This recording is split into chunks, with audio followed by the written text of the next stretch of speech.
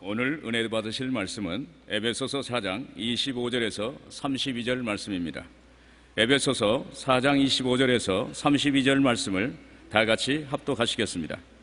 그런즉 거짓을 버리고 각각 그 이웃과 더불어 참된 것을 말하라. 이는 우리가 서로 지체가 됨이라. 분을 내어도 죄를 짓지 말며 해가 지도록 분을 품지 말고 마귀에게 틈을 주지 말라. 도둑질하는 자는 다시 도둑질하지 말고 돌이켜 가난한 자에게 구제할 수 있도록 자기 손으로 수고하여 선한 일을 하라. 무릇 더러운 말은 너희 입 밖에도 내지 말고 오직 덕을 세우는데 소용되는 대로 선한 말을 하여 듣는 자들에게 은혜를 끼치게 하라. 하나님의 성령을 근심하게 하지 말라. 그 안에서 너희가 구원의 날까지 인치심을 받았느니라. 너희는 모든 악독과 노함과 분냄과 떠드는 것과 비방하는 것을 모든 악의와 함께 버리고 서로 친절하게 하며 불쌍히 여기며 서로 용서하기를 하나님이 그리스도 안에서 너희를 용서하신 것 같이 하라. 아멘. 우리 두세 사람이 주 이름으로 모이면 주님이 함께 계시겠다고 말씀하시는데 눈은 안 보이고 귀에는 그 음성 안 들리고 손은 잡히는 것 없어도 주님은 성령으로 우리 가운데 와 계십니다. 그러므로 오늘 좋은 일이 일어날 것입니다. 저는 신앙생활과 신앙의 인격이란 제목으로 은혜를 나누고자 합니다. 어느 부흥 집회에 한 흑인이 자신이 어떻게 구원받은 것을 간증을 했습니다. 그는 하나님께서 은혜를 주셔서 자신의 마음을 움직여 자기의 죄의 굴레와 죄책감에서 해방시켜 주셨다고 기쁘게 간증을 했습니다. 간증이 끝나자 사회자가 그에게 물었습니다. 형제님이 받은 구원에 대해서만 말씀하시는데 구원받기 위해서 형제님이 어떠한 노력을 했는지 그것을 말씀해 주십시오. 그러자 그는 즉시 이렇게 대답했습니다. 제가 한 일에 대해 말씀드리는 것을 잊었습니다. 저는 30년이 넘는 세월 동안 하나님으로부터 멀리 도망다니는 일만 했습니다. 제 마음속에 욕심껏 시키는 대로 죄를 지었을 뿐입니다. 그런데 하나님께서는 도망다니는 저를 끝까지 따라오셔서 결국 저를 쓰러뜨리시고 기적같이 죄에서 해방시켜 주셨습니다. 오늘 많은 사람들은 예수님을 2000년 전의 역사적 인물로만 전하고 기적은 없다고 말을 하는 것입니다. 또한 구원을 얻기 위해서 믿음뿐만 아니라 응당한 행위를 해야 한다고 기형적인 복음을 주장합니다. 그러나 구원은 이 흑인이 간증한 것처럼 오직 믿음으로 얻는 것입니다. 우리가 한 일은 주님을 피해서 도망치는 일, 주님을 거역해서 죄를 짓고 불의하고 추악한 생활을 한 것밖에 없습니다.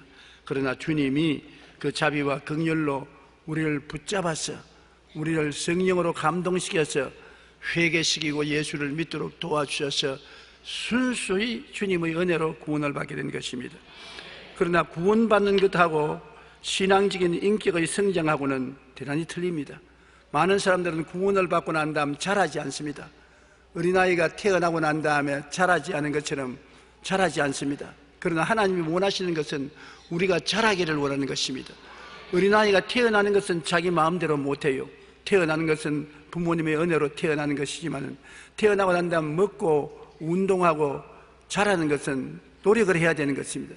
노력 없이 먹고 마시고 자랄 수가 없습니다.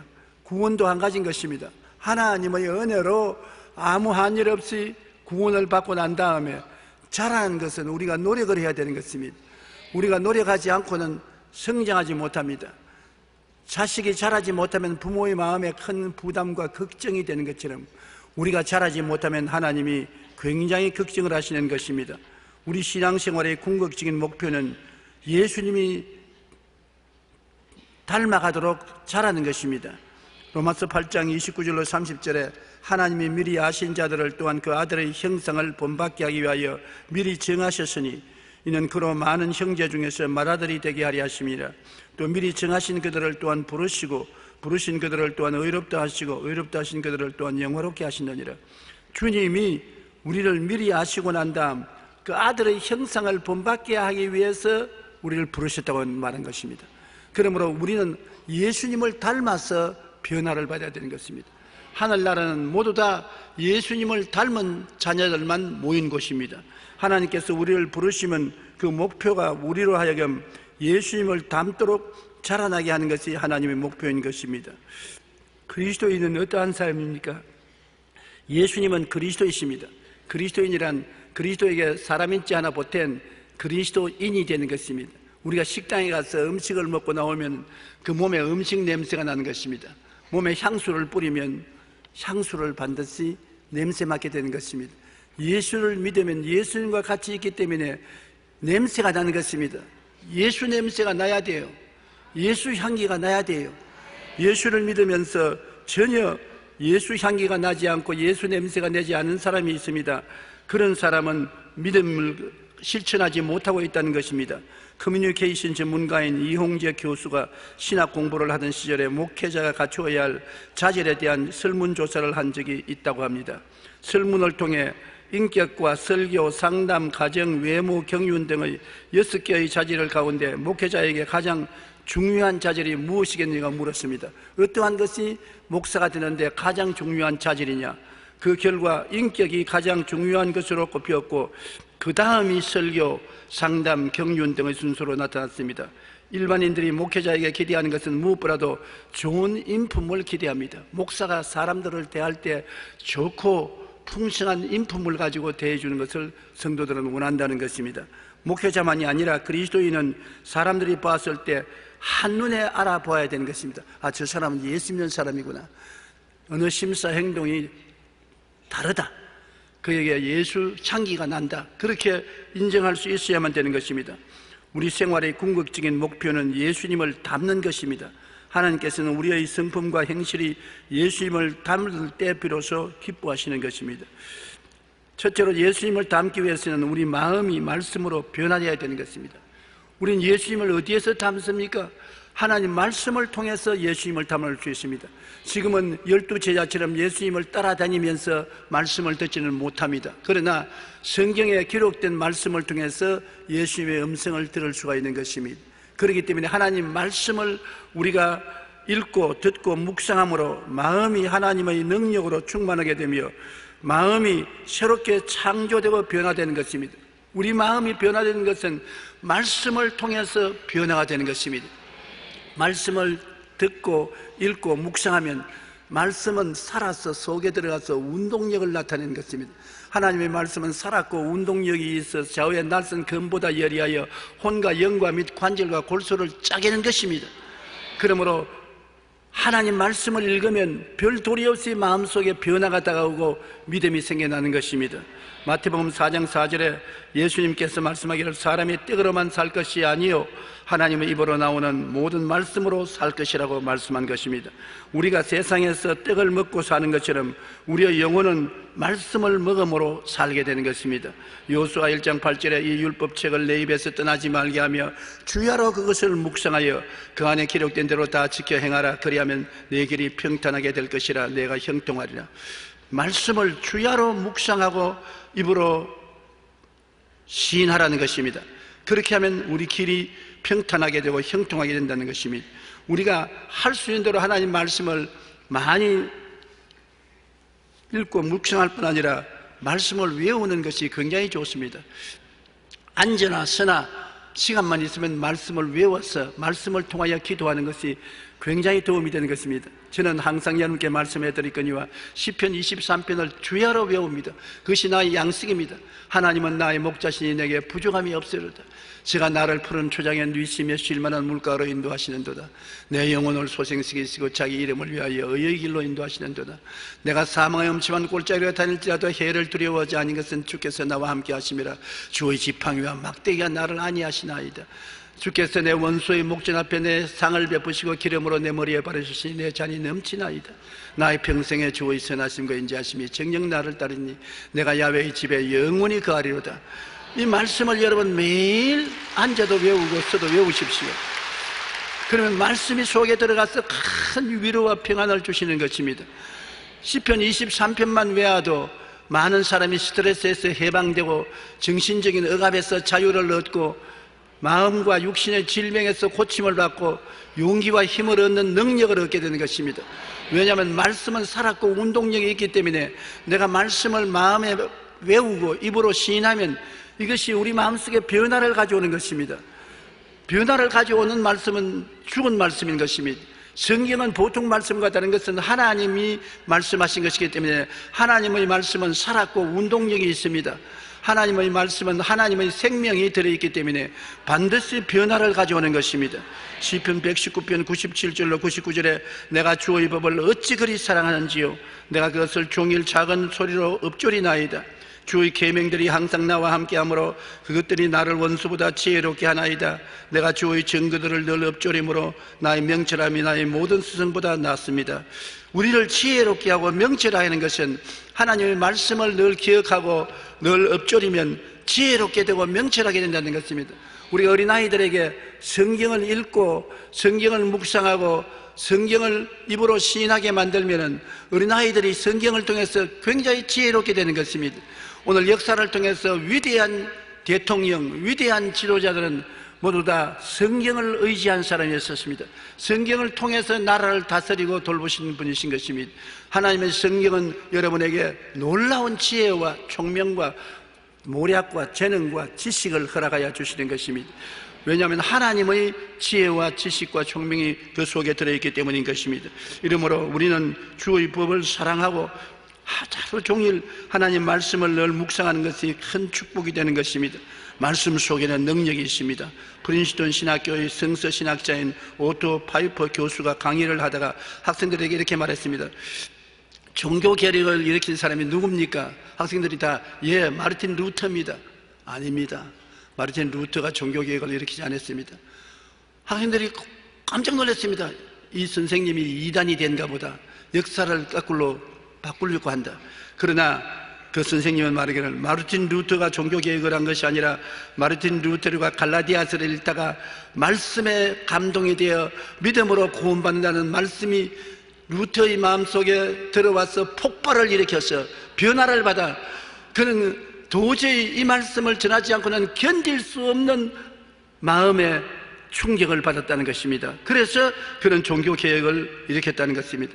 말씀을 통해 깨달은 진리의 생명력이 마르틴 루터를 사로잡아 마침내 종교개혁을 이루었다는 것입니다. 말씀은 영적인 양식이 될 뿐 아니라 말씀을 읽고 듣고 묵상하면 마음이 하나님의 능력으로 충만하게 되어 새롭게 창조되며 변화시키게 된 능력이 있는 것입니다. 말씀을 우리가 가르치고 배우고 묵상하면 변화가 되는 것이 중요한 것입니다. 우리 크리스찬들이 변화를 받지 않으면 크리스찬이라고 할 수 없습니다. 형식과 의식을 따라서 살면 자라지 않습니다. 마음이 변화가 되어 영광에서 영광으로 자라야 되는 것입니다. 승리에서 승리로 자라고 믿음에서 믿음으로 용기에서 용기로 성장해야 되는 것입니다. 말씀이 우리가 자라는 방향을 인도하고 변화를 이끌어주는 것입니다. 디모데후서 3장 16절로 17절에 모든 성경은 하나님의 감동으로 된 것으로 교훈과 책망과 바르게 함과 의로 교육하기에 유익하니 이는 하나님의 사람으로 온전하게 하며 모든 선한 일을 행할 능력을 갖추게 함이라.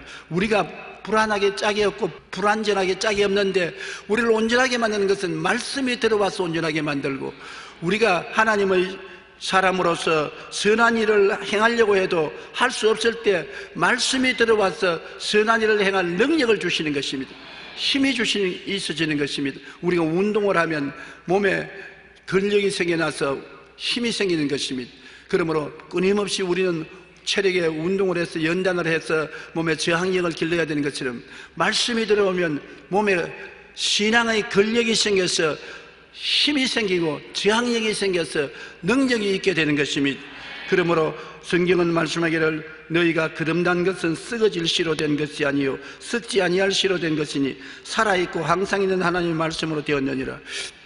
세상 씨앗은 땅에 심으면 썩어지지만은 말씀은 마음속에 들어와서 항상 살아있고 하나님께 능력을 주는 말씀으로서 역사하신다는 것입니다. 둘째로 인격적인 신앙인이 되겠다는 결심과 목표가 뚜렷게 해야 되는 것입니다. 우리가 예수 믿고 난 다음에 나는 그냥 예수만 믿고 형식적으로 의식적으로 살아갈 뿐 아니라 변화되어야 되겠다. 나는 신앙적으로 인격을 얻어야 되겠다. 우리가 태어날 때는 품성을 그대로 가지고 태어납니다. 성격이 급한 사람, 느린 사람, 또 마음이 좁은 사람, 넓은 사람, 태어날 때부터 그런 품성을 가지고 태어납니다만, 신앙이 인격이 자라고 그리스도를 닮아 변화받고 사랑과 희락과 화평과 오래 참음과 자비와 양성과 충성과 온유와 절제와 같은 인격을 얻게 되는 것은 노력해야 되는 것입니다. 이는 가만히 있어야 되는 것이 아닙니다. 태어날 때 받은 품성은 부모로부터 유전을 받아 태어나지만은 신앙적인 인격, 캐릭터는 노력하고 애써야만 되는 것입니다. 믿고 난 이후에 인격적 성장에 무관심한 사람도 있고 세속적인 신앙에 취해 있는 사람도 있습니다. 마태복음 6장 24절에 한 사람이 두 주인을 섬기지 못할 것이니 혹 이를 미워하고 저를 사랑하거나 혹 이를 중히 여기고 저를 경히 여김이라. 너희가 하나님과 재물을 겸하여 섬기지 못하느니라. 우리가 예수를 믿는다는 것은 우리 마음속에 영원한 주인을 모신 것입니다. 우리 마음속에 세상을 꽉 들어 채워 있다가 세상을 쫓아내고 새로운 주인 하나님의 아들 예수님을 모셔드린 것입니다. 새로운 주인이 들어왔으므로 주인을 섬기고 모셔야 되는 것입니다. 주인 앞에 우리는 엎드려서 신발을 벗어놓고 종으로서의 헌신을 해야 되는 것입니다.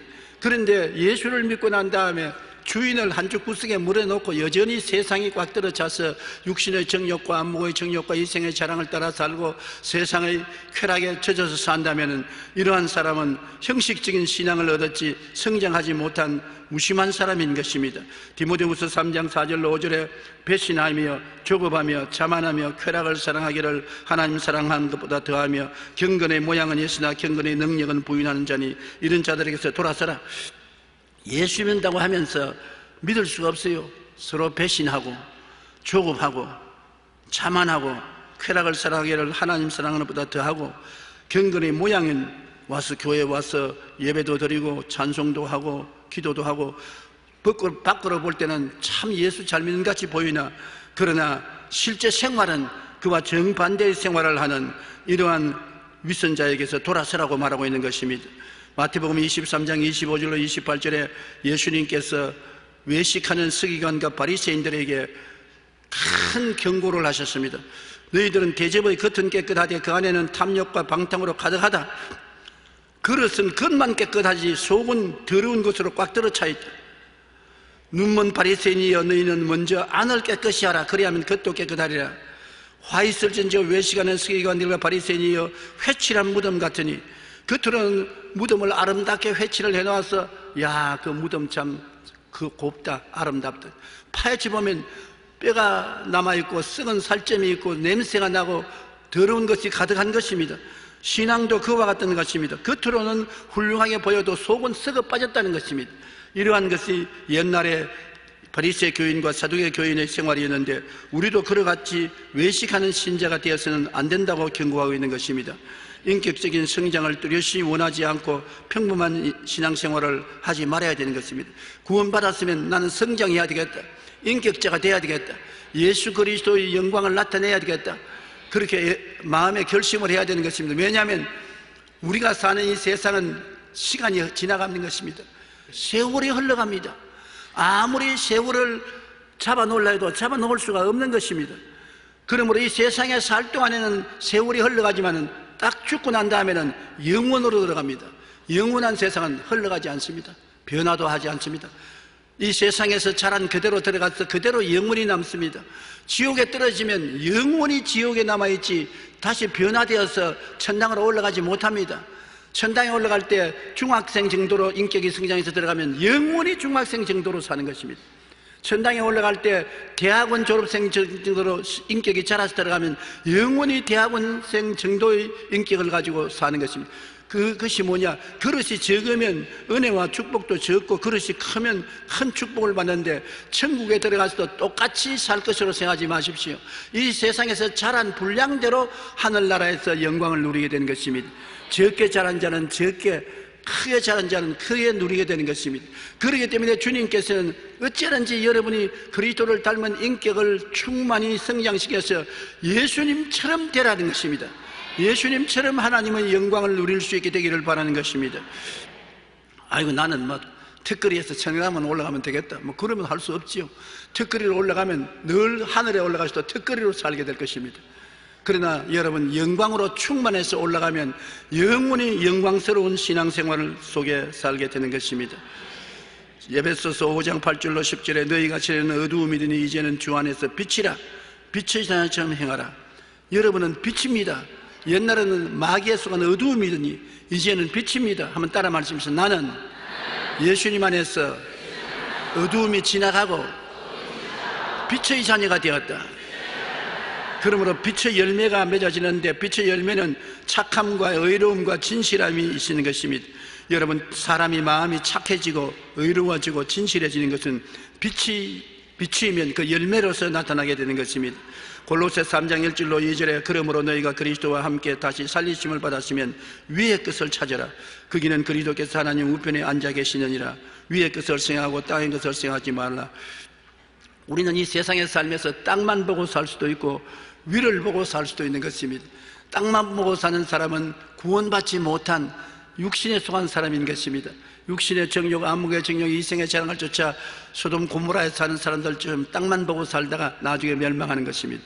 예수 믿는 사람은 늘 위를 쳐다보는 것입니다. 아침에 자고 깨어나도 기도하고 찬송하며 위를 쳐다보고, 저녁에 잠들기 전에도 위를 쳐다보고, 예배에 만나도 위를 쳐다보고, 늘 하늘을 생각하고 하나님의 은총을 생각하고 하나님과 교제하는 삶을 사는 것입니다. 그러므로 우리는 그리스도와 함께 살리심을 받았기 때문에 늘 예수님 계신 곳을 바라보고 살아야만 되는 것입니다. 하나님의 뜻을 쫓아 예수님 제자가 되겠다고 굳게 결심을 하면은 우리는 로마서 12장 2절처럼 너희는 이 세대를 본받지 말고 오직 마음에 새롭게 함으로 변화를 받아 하나님의 선하시고 기뻐하시고 온전하신 뜻이 무엇인지 분별하도록 하라. 우리가 세상에 살면은 하나님이 이 정도면 됐다, 선하신 뜻도 있고, 하나님이 좀 더 잘해야 기뻐하시는 뜻도 있고, 하나님의 온전하신 뜻도 있는 것입니다. 여러분, 이 세상에 살면서 하나님이 선하신 뜻만 행하지 말고 좀 더 나아가서 하나님이 기뻐하시는 뜻을 행하고, 기뻐하는 뜻보다 더 나은 온전한 뜻으로 사는 우리들이 되면 얼마나 좋겠습니까? 오늘 많은 사람들이 예수 믿고 난 다음에 그저 이 정도 믿었으면 되었다, 하나님이 선하시다고 생각할 것이다, 그런 정도에 머무는데 그러지 말고 한 걸음 더 나가 하나님을 기쁘시게 하고 하나님이 온전하다고 인정하는 그런 신앙생활로 전진해 나가야 될 것입니다. 마태복음 16장 24절에 누구든지 나를 따라 오려거든 자기를 부인하고 자기 십자가를 지고 나를 따를 것이라. 말하기는 쉬워도 생활은 정말 어렵습니다. 우리의 생활에 내가 원하는 것이 있고 하나님이 원하는 것이 상충되는 것입니다. 그럴 때 나를 십자가에 못 박아버리고 하나님이 원하는 것을 따라가야 될 것인 것입니다. 주일날 내가 꼭 교회에 나가야 되겠는데 친구들이, 동창들이 모여서 그날 운동하러 나가자 그럽니다. 친구들이 야, 하루쯤 교회 안 나가도 된다, 우리와 오래간만에 만났으니 운동 한번 하자. 내가 하고 싶은데 거기 따라가면 주님의 뜻을 거역하는 것이고, 거기 안 따라가자면 친구들을 무시하는 것이고, 굉장한 갈등에 처하게 되는 것입니다. 그때 야, 그냥 갈 수 없으니까 내 기도나 좀 하고, 자기 혼자 주님 바쁘니까 좀 들으십시오 그러고 성경 읽고 기도하고 오늘은 이것만 만족하고 주십시오. 그런다고 해서 하나님이 그를 용납하고 인정할 수가 없는 것입니다. 그러므로 자기를 십자가에 못 박아야 돼요. 자기를 못 박고 이 세상을 부인하고 그리고 주님을 따라 나가면 한 머리는 섭섭하지만은 다른 면에서는 기쁨과 즐거움이 넘치게 되는 것입니다. 나를 십자가에 못 박는다는 것은 내가 섭섭한 일을 당할 때가 많습니다. 섭섭하더라도 나를 부인해야 되고 주님을 기쁘시게 하는 길을 택한다는 것은 참으로 온당한 일이지만은 노력을 해야 되고 투쟁을 해야 되는 것입니다. 쉽지는 않은 것입니다. 우리가 주님을 따라가면 열매를 맺고 하나님께서 영광을 드리고 주님의 참 제자가 될 수 있는 것입니다. 어느 교회 40대 부부를 대상으로 부부의 신앙생활에 관한 설문조사를 했습니다. 문항 중에 남편이나 아내의 신앙에 대한 평가를 하라고 했는데 152명이 대답을 했는데 그 가운데 배우자의 신앙이 성숙한 편이라고 응답한 사람은 135명 중에 4명밖에 없었습니다. 부족하지만 노력하는 편이라고 응답한 사람은 24명이었습니다. 부족하면서도 노력도 하지 않는다. 응답한 사람은 거의 대부분으로 124명이었습니다. 부부가 서로 볼 때 서로 형식적인 신앙을 하고 있다는 거 표현한 것이 124명입니다. 많은 사람이 신앙생활은 형식적으로 하거나 자기 뜻대로 하는 경우가 많습니다. 예수를 믿고 난 이후라도 인격적 성장에는 무관심합니다. 내가 뭐 인격적으로 잘하겠느냐, 예수 믿은 것만 해도 충분하다. 그렇게 해서 자기 마음대로 살고 무관심하게 사는 사람들이 많습니다. 신앙생활을 통해 인격적인 신앙인이 되기 위해서는 말씀에 따라 예수님 제자가 되겠다고 결심을 하고 목표를 정하고 십자가를 짊어지고 주님 따라가는 그러한 삶을 살아야 되기 때문에 희생이 따라오고 고통이 따라오는 것입니다. 잘하는데 고통이 안 따라올 수가 없어요.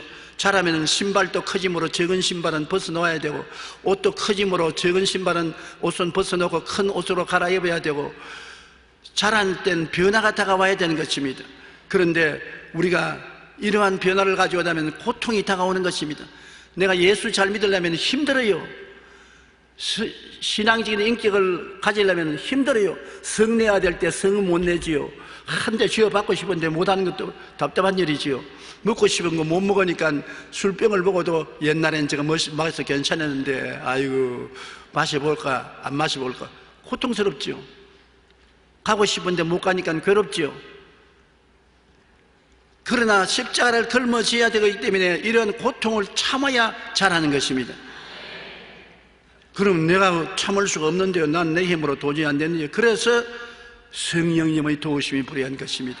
우리 하나님께서 우리가 능력이 없다는 것을 알고 계십니다. 그렇기 때문에 우리를 돕는 자 성령을 보내주신 것입니다. 성령을 다른 보혜사라고 말하는 것입니다. 다른 보혜사는 예수님과 꼭 같으나 다른 분을 말하는데, 보혜사는 하나님께서 보내심을 받아 우리를 돕기 위해서 항상 우리와 같이 계신 분을 말하는 것입니다. 우리와 같이 계셔. 지금 이 자리에 성령이 여러분과 같이 계시는 것입니다. 따라 말씀해서, 보혜사는 나를 돕기 위해서 하나님께로부터 보내심을 받아 항상 같이 계신 분이다. 그러므로 이 자리에 항상 같이 계셔요. 하나님 말씀이 그렇게 우리에게 보증을 하셨습니다. 또 그리스도께서 너희 안에 계시면 몸은 죄로 인하여 죽은 것이나 영은 의로 말미암아 살아있는 것이라. 예수를 죽은 자 가운데서 살리시니 영이 너희 안에 거하시면 그리스도 예수를 죽은 자 가운데서 살리시니가 너희 안에 계시는 그 영으로 말미암아 너희 죽을 몸도 살리시리라. 우리가 예수를 믿으면 그리스도와 함께 십자가에 못 박혀 옛사람은 죽고 우리 속사람이 살아나서 영이 살아났지 않습니까? 그러면 살아나면 하나님의 성령이 우리 몸속에 와서 거하시면 성령이 우리 영혼만 도와주는 것이 아니라 죽을 육체도 치료하여 도와주신다. 나는 그런 것을 종종 체험합니다. 몸이 굉장히 피곤하고 지치고 오늘은 강단에 서서 설교할 수 없겠다고 생각할 때도 성령이 계시지 않느냐, 성령이 죽을 몸도 살리신다고 했었는데 내 몸이 죽을 것 같으나 성령이 다시 살리는 힘을 주실 것이니 성령을 믿고 나가자. 그래서 담대하게 나가서 설교를 시작하면 제일 처음에는 흔들흔들하고 넘어질 것 같으나 점점 강해져서 나중에는 성령의 힘이 몸을 완전히 새롭게 하는 것을 느낄 수가 있는 것입니다. 한두 번 체험했으면 모르겠거니와 늘 체험하는 것입니다. 한 번은 세상 뜻인 하용조 목사님이 저보고, 조 목사는 어떻게 생각할지 모르겠지만 나는 일주일에 이 신장 투석을 3번이나 하고 매일같이 죽음 직전에 서 있습니다. 나의 삶이란 죽음과의 몸부림입니다. 그래도 내가 항상 설교하라고 설교만 하면 새 사람이 되고 설교 끝마칠 때까지 기운이 충만해지는 것입니다. 나는 그런 체험을 하는데 조 목사는 그런 체험을 해본 적이 있으면 여기서 나도 갔습니다. 나도 동창생이니까 그 참 하나님께 감사하고 성령이 도와주시는 한도 내에서는 우리가 어떠한 연약도 이길 수가 있다고 내가 보증을 한 것이 있습니다. 여러분, 하나님 성령께서는 우리 연약함을 도와주시는 것입니다. 그리고 그 다음 하나님께서 우리를 도와주시기 위해서는 우리가 주님께 도움을 구해야 되는데, 보통 때 자기가 잘 나갈 때는 주님을 잊어버립니다. 제자들이 여러분 배를 타고 갈릴리를 건너갈 때 평안하고 좋았습니다. 푸른 하늘, 조용한 물결, 순풍이 다가오니 기분이 좋고 해서 예수님 필요 없었어요. 예수님을 혼자 내버려 두었었습니다. 예수님은 아무도 대화해 주는 사람이 없기 때문에 배 한 머리에 손베개를 하고 주무셨습니다. 그런데 바람이 갑자기 불고 파도가 치고 물이 넘쳐서 배에 물이 서려 들어오고 배가 침몰할 위기에 처하니까 그때 고통 속에 제 아들이 누구를 생각했냐? 이제는 세상 즐거움이 순식간에 사라지고 자기를 고통에서 건져줄 예수님이 필요했습니다. 차는 예수님을 째흔들었습니다. 주님, 우리가 죽게 되었사오니 우리를 죽도록 내버려 두지 마시옵소서. 주님께서 일어나서 바람과 파도를 꾸짖으시니 즉시로 조용해졌습니다. 그때 예수님께서 너희 믿음이 어디 있냐고 꾸짖으신 것은, 우리가 좋을 때는 우리 믿음이 세상에 있지요, 주님을 찾지 않습니다. 고통이 있어야 주님을 찾습니다. 그렇기 때문에 예수 믿는 우리들이 자라게 하기 위해서는 주님께서 사망의 엄침한 골짜기로 지나게 만들어주는 것입니다. 좋을 때는 예수님을 찾지 않는데 사망의 엄침한 골짜기를 찾으면 주님이 같이 계신가 찾기 시작하는 것입니다. 주님이 있어야 살아날 것이니까. 물에 빠진 사람은 뭐라도 잡지요? 지푸라기라도 잡습니다. 그러니까 내가 고난당할 때 예수님을 찾지 않을 수가 없습니다. 주여, 내가 주님을 구하니 나를 살려주십시오. 그리고 맹세도 많이 합니다. 살림만 주면 이제 주일 열심히 지키겠습니다. 11조 꼭 내겠습니다. 전도 열심히 하겠습니다. 변화받겠습니다. 나중에 지키지도 못할 일을 맹세를 수두룩히 하지요. 그러나 고통을 당해야 자기 연약함을 깨닫게 되는 것입니다. 연약할 때 주님께 의지하면 주님의 은혜가 우리를 점령할 수 있는 것입니다. 우리가 스스로 강해서 주님께 의지하지 않냐고 주님을 뿌리치면 주님이 어찌할 도리가 없어요. 제가 늘 D.L. 무디 목사님과 그 딸의 이야기를 하는데, D.L. 무디 목사님이 그 딸을 데리고 얼음판을 지나갈 때 그 딸이 아버지 손 놔, 나 손 잡지 마, 나도 걸어갈 수 있어. 아버지가 위험한데 잡지 마. 그러다가 미끄러져서 엉덩방아를 쾅 찍었습니다. 그러자 우니까 아버지가 손을 탁 잡았습니다. 그래가 가다가 미끄러지면 아버지 손에 달랑 달립니다. 그가 미끄러져서 엉덩방아를 찍었기 때문에 아버지 손을 잡는 것입니다. 안 그러면 아버지 손을 잡지 않아요. 여러분도 엉덩방아를 찍어야 예수님의 손을 잡습니다. 고통스러워야 예수님의 손을 잡습니다. 예수님의 손을 잡으면 예수님의 지팡이와 막대기가 와서 여러분을 변화시켜 주시는 것입니다. 예수님의 지팡이는 예수님의 지혜와 총명과 모략과 재능과 지식이 체험되게 만들어주시고, 막대기는 예수님의 권세와 능력을 체험하게 해주는 것입니다. 예수님의 지혜와 총명과 모략과 재능과 예수님의 권세와 능력을 체험해서 변화되는 것입니다. 인격이 변화돼요. 한 대 얻어맞고 고통을 당하고 나면 아유, 옛날에 잘못하다가 호통하니 또 그런 거 안 당해야 되겠다. 그래서 변화되는 것입니다. 사람은 자기가 고통당한 만큼 변화되는 것입니다. 고통당하지 않고 변화된 사람은 없습니다. 여러분, 인생에 아무런 고통 없이 편안하고 안락한 중에서 예수 믿는 사람 몇 사람이 있습니까? 여러분, 누구든지 손가락 밑에 바늘이 들어가도, 가시가 들어가도 아팠으니까 예수 믿고 나왔지, 모든 것이 편하고 좋았으면 안 믿을 사람 많습니다. 그러므로 고통이 반드시 나쁜 것은 아닌 것입니다. 우리를 믿고 변화시키는 데는 고통이 필요한데, 하나님이 감당할 만큼만 고통을 주시는 것입니다. 초등학교 고통밖에 못 받을 것 같으면 초등학교 정도밖에 안 주시는 것입니다. 중등만은 하면 중등, 고등학교 정도 되면 고등 대학이면 대학 같은 고통을 당할수록 많이 깨어지고 그릇이 커지고 인격이 성장하게 되는 것입니다. 그러나 감당치 못할 것은 안 하는 것입니다. 그렇기 때문에 하나님은 여러분의 협조가 필요한 것입니다. 고린도후서 12장 9절로 10절에 나 여러 연약한 것들에 대하여 자랑하리니 이는 그리스도의 능력이 내게 머물게 하렴이라. 이는 내가 약할 그때에 강함이라. 내가 약할 때 주님이 강하게 임하시는 것입니다. 약할 때 주님이 능력이 임하여서 나를 붙들어주는 것입니다. 그러므로 약한다는 것은 내가 시험과 환난을 당하고 고난을 지날 때 약해지는 것입니다. 로마서 8장 26절로 27절에 성령도 우리 연약함을 도우시나니 우리가 마땅히 기도할 바를 알지 못하나 오직 성령이 말할 수 없는 탄식으로 우리를 위하여 친히 간구하시느니라. 마음을 살피신 이가 성령의 생각을 하시나니 이는 성령이 하나님의 뜻대로 성도를 위하여 간구하심이라. 보십시오. 성령이 우리와 같이 계셔서 우리가 약해서 흔들거릴 때 우리를 붙잡아 주시고 우리를 통해서 대신 기도해 주시는 것입니다. 방언기도요. 방언기도는 성령이 우리를 위해서 대신 기도해 주시는 것입니다. 하나님이 성령의 기도를 들으시고 우리를 도와주시는 것입니다. 우리 힘으로 못하니까 하나님 성령이 와서 우리를 성령이 기도까지도 도와주시게 되는 것입니다. 그래서 우리를 자라게 만들어 주시는 것입니다. 우리는 성령이 와서 계심으로 성령과 인격적인 교통을 해야 되는 것입니다. 요한복음 14장 16절 18절 내가 아버지께 구하겠으니 그가 또 다른 보혜사를 너에게 주사 영원토록 너희와 함께 있게 하시리니 그는 진리의 영이라 그는 너와 함께 거하심이요 또 너희 속에 계시겠느니라 내가 너희를 고아와 같이 버려두지 아니하고 너희에게로 오리라. 주님께서는 떠나가실 때 우리에게 주님과 꼭 같은 다른 보혜사를 보내주시기도 했는데 보혜사 성령은 예수님과 꼭 같은 하나님으로서 성령이 우리 속에 와서 계시는 것입니다. 그런데 성령은 인격자이기 때문에 교통을 해야 되는 것입니다. 여러분, 결혼할 때 결혼식만 하면 부부가 되었다고 생각하면 안 되는 것입니다. 법적으로 부부가 되었지요. 그런데 그 다음부터 대화가 있어야 부부가 되는 것입니다. 아침 먹고 점심 먹고 저녁 먹고 같이 살면서 좋은 일과 슬픈 일을 같이 나누고 이야기하며 앞에서 끌어지고 뒤에서 밀며 생활을 하나로 살아가는 대화가 있어야 부부가 되지, 그냥 결혼했다고 부부가 되는 것은 아닌 것입니다. 대화를 한다는 것은 여러분 관심을 기울여야 되는 것입니다. 남편도 아내와 대화를 하려면 관심을 기울여야 돼요.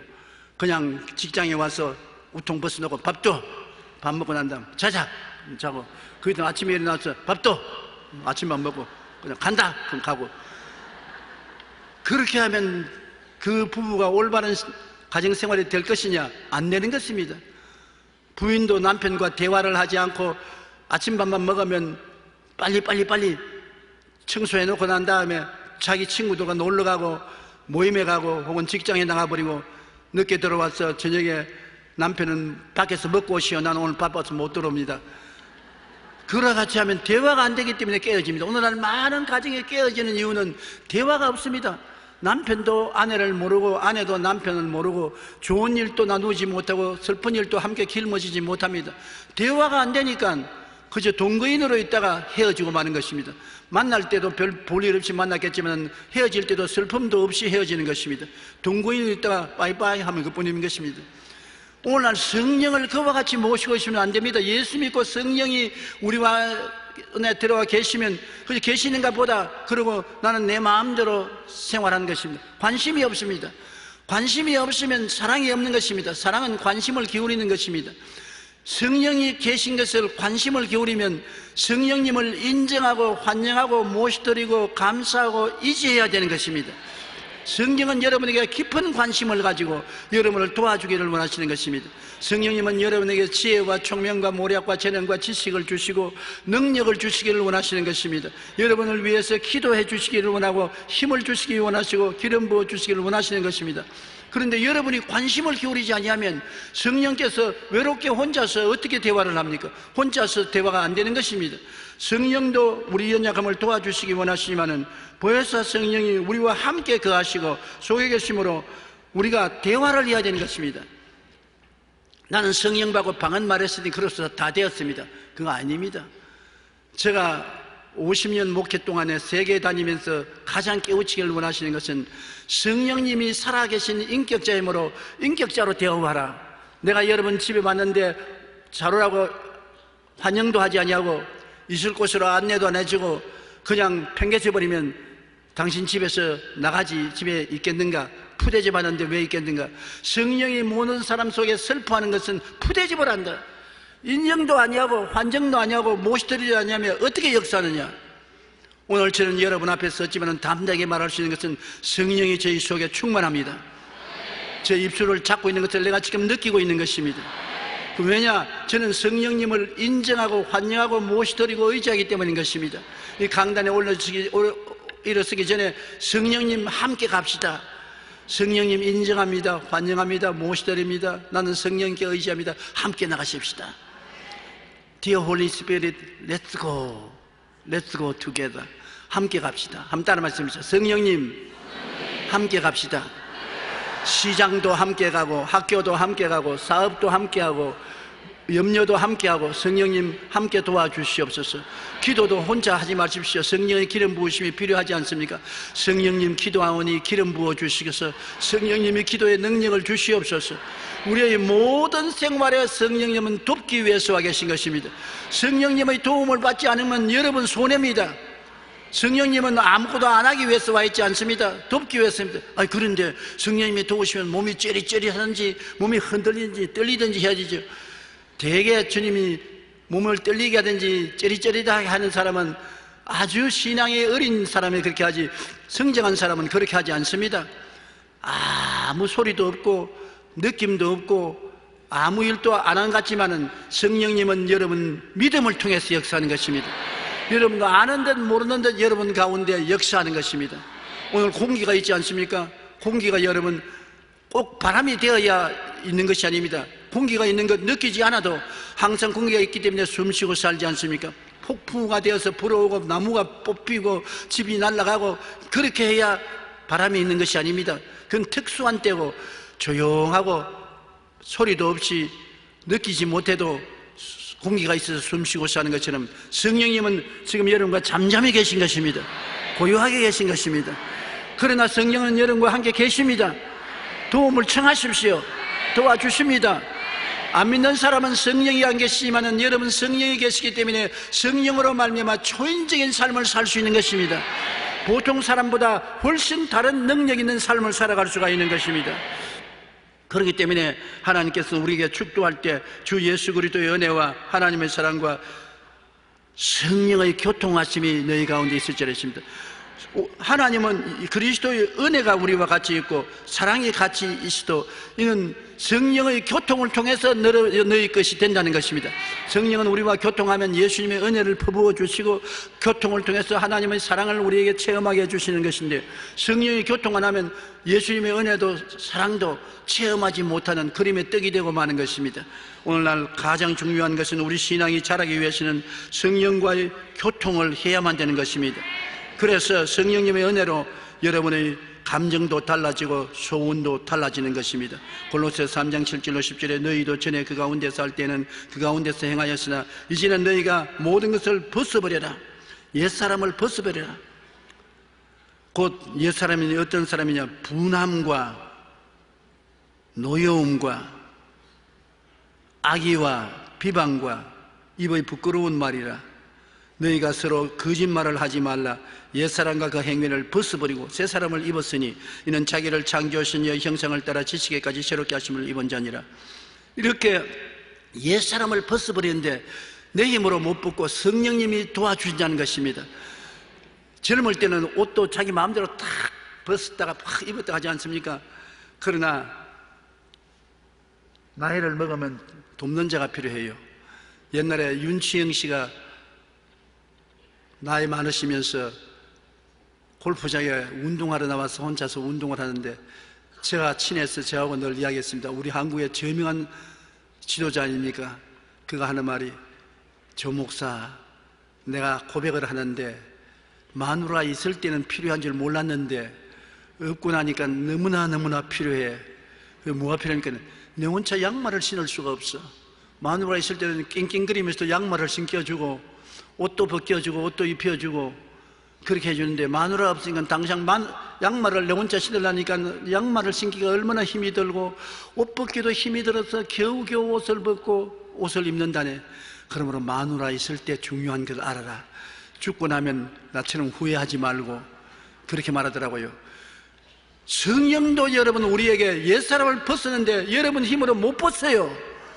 여러분 힘으로 분한데 사귈 수가 없고 성인하는데 잠재울 수 없고 악의와 비방과 입에 부끄러운 말이 나오는데 어찌할 도리가 없는데 성령이 도와주시라고 부탁하면 성령이 와서 벗겨주는 것입니다. 성령이 우리 분함도 가라앉혀 주시고 노여움과 악의와 비방과 입술에 부끄러운 말도 제하여 주시고 거짓말도 제하여 주시고 옛사람과 그 행위를 벗어버리게 도와주시는 것입니다. 그러므로 여러분 성령으로 말미암아 여러분의 감정과 소원과 생활이 달라져야만 되는 것입니다. 내 힘으로 안 되니까 여러분 성령의 도우심을 간구하십시오. 마지막으로 우리가 세상의 언어와 천국 언어가 있다는 것을 알아야 되는 것입니다. 언어는 마음의 표현의 도구인 것입니다. 선한 사람은 마음에 쌓은 선에서 선을 내고 악한 자는 그 쌓은 악에서 악을 내나니 이는 마음에 가득한 것을 입으로 말한다 것입니다. 마음에 가득한 것이 입으로 말합니다. 말로서 나오는 것입니다. 세상 언어는 세상의 길, 천국 언어는 천국 문화의 가슴을 안고 있는 것을 밖으로 나오는 것입니다. 온순한 혀는 곧 생명나무이지만 패역한 혀는 마음을 상하게 한다고 말하는 것입니다. 말과 성품은 동반자인 것입니다. 말이 어떠하면 그 사람도 그렇게 합니다. 말이 흉악한 말을 하고 악한 말을 하고 상처 입힌 말을 하면 그 사람이 그런 사람입니다. 속도 그렇습니다. 그러나 말이 고운 말, 아름다운 말, 사랑의 말, 깨끗한 말, 신령한 말을 하면 그 사람은 그런 사람이고 자기 친구도 환경도 변화시키는 능력을 나타내는 것입니다. 선한 말은 꿀송이 같아서 마음에 달고 뼈에 양약이 된다고 말한 것입니다. 말은 여러분 자기를 변화시키고 이웃을 변화시키는 능력이 있는 것입니다. 에베소 4장 29절로 32절에 무릇 더러운 말은 너희 입 밖에도 내지 말고 오직 덕을 세우는 데 소용되는 대로 선한 말을 하여 듣는 자들에게 은혜를 끼치게 하라. 하나님의 성령을 근심하게 하지 말라. 그 안에서 너희가 구원의 날까지 인치심을 받았느니라. 너희는 모든 악독과 노함과 분냄과 뜯어놓는 것과 비방하는 것을 모든 악의와 함께 버리고 서로 친절하게 하며 불쌍히 여기며 서로 용서하기를 하나님이 그리스도 안에서 너희를 용서함과 같이 하라.